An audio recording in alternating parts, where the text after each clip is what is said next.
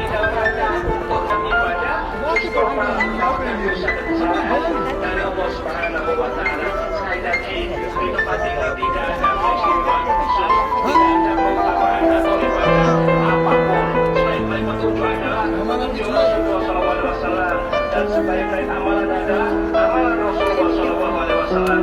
Semoga Allah Subhanahu wa Ta'ala menganugerahkan kepada kita cinta kepada Nabi Muhammad SAW.